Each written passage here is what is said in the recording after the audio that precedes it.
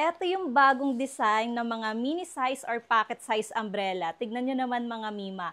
Yung kanyang handle is pa-hook or yung pa-ring.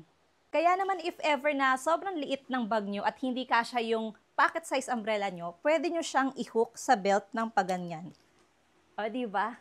Hindi pa siya hassle dalhin or gamitin dahil nga napakaliit lang niya. Very cute size, tignan nyo naman. And hindi lang niya mga Mima, yung kanyang lock is snap button na kaya naman hindi ito madaling masira.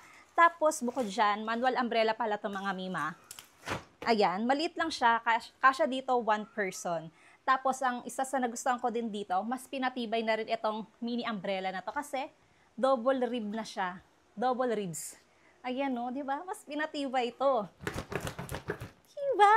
Ang cute. Very cute size siya mga Mima. Tapos, yun nga, ito ang nagustuhan ko sa kanya, yung handle niya, pati yung pa-double ribs niya. Tapos, meron na rin siyang case. Pa-cloth yung kanyang case. Meron pa tong ibang available na color na pwede niyong pagpilian. Kaya sa mga tamad magdala ng malaking payong, perfect itong mini size umbrella or pocket size umbrella na to for the go na.